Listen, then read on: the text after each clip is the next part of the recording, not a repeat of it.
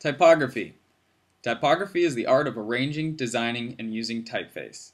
Typography has evolved through history from the custom printing press to generic sets of fonts available for mass consumption.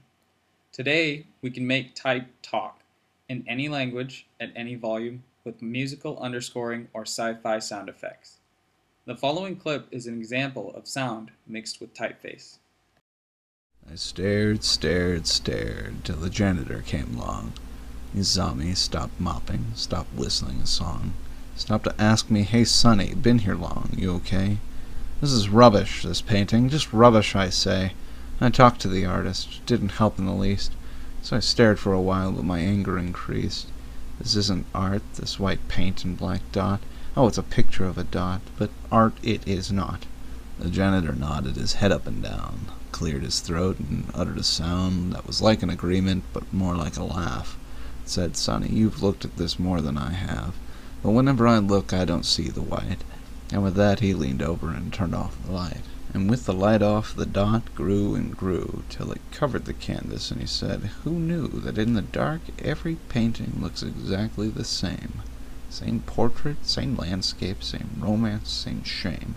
Could be reddish or yellowed or purpley or blue or anything, 'cause, Sonny, that's what the dot turns into." He went off, and he mopped, and he whistled his tune, and I left, walked out, looked up at the moon, which looked vaguely and oddly familiar that night. So familiar, a black canvas with a dot that is white.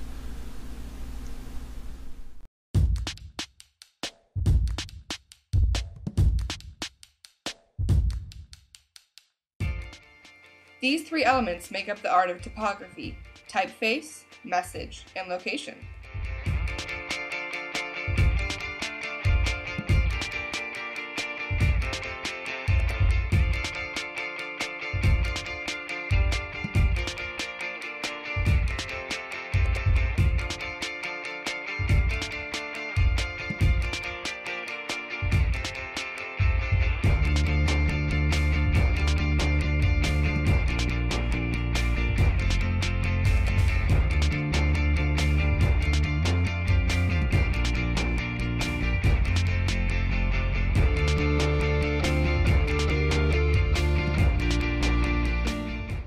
Color creates message.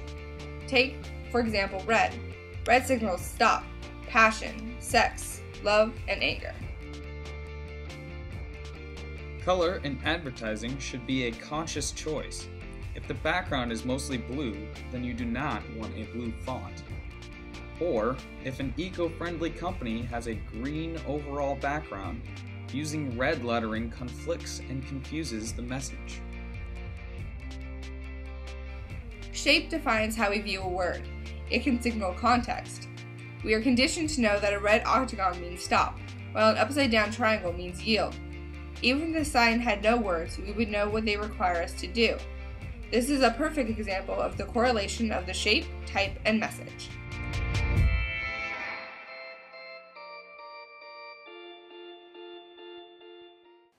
Spoken words, wrote Aristotle in Logic, are the symbols of mental experience. Written words are the symbols of spoken words. Word choice indicates which aspect of color and shape are most important to our understanding of the content. It can also help us choose which of the meanings for shape and color we use to form our opinion. Word choice can often be ambiguous and can sometimes have some discourse. Words affect font choice depending on the professional or personal use. Also, audience will affect what your word choice will be. There is an important distinction between typeface and font. An example of typeface would be Times, while the subclassification, or font, would be Times New Roman. Like word choice, these fonts can signify different audiences. For instance, Times New Roman for academia, and Comic Sans for MSN Messenger. Location is where the ad is and where you are viewing it, such as on campus, at work, or on TV. If you were to see any of these signs in downtown Anchorage, they would be out of place and not intended for the Anchorage audience. A company's ad location depends on their target demographic. For example, you wouldn't advertise cigarettes in a granola organic store. However, a company may advertise in a liquor store or on the side of a bus. If you are a young 20-something woman in a supermarket checkout line, what images and titles would catch your eye? Tobacco companies are notorious for using demographically targeted text in their ads. In this picture, the tobacco companies use a lacy typeface to appeal to women. This picture gets a gentleman's attention, not only for the manly image, but the font is manly as well. Imagine having a lacy font on the side of this box. Would a man who is targeted for this ad appreciate that? I don't think so. The writing on these boxes is geared towards children because of the lasso-like handwriting. Even though they are not cigarettes, the writing on the boxes can potentially condition the kids to associate that shaped box, font, and imagery with delicious. Non-profit organizations have capitalized on the conditioned associations with demographically targeted text that the tobacco companies use. They use a similar typeface, color scheme, and imagery to convey an imposing message. Kinetic typography is a kind of animation that mixes motion and text, intending to evoke specific reactions from an audience over a period of time. This type of typography has become a popular form of expression because the combination of creative typeface, audio, and movement is visually attractive. This mixed form has helped catapult typography into a digital and futuristic age.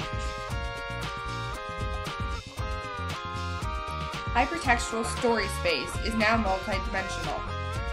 Hypertext allows for a three-dimensional story space. For example, our wiki project was filled with hypertext links to other wiki posts, and hypertext allows that depth of field in a static environment. Since email is visually unimaginative, hypertext can be added, allowing it to become an interactive, multidimensional space.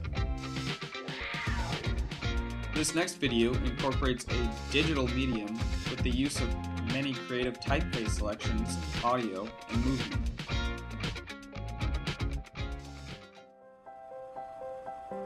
How to impress a woman.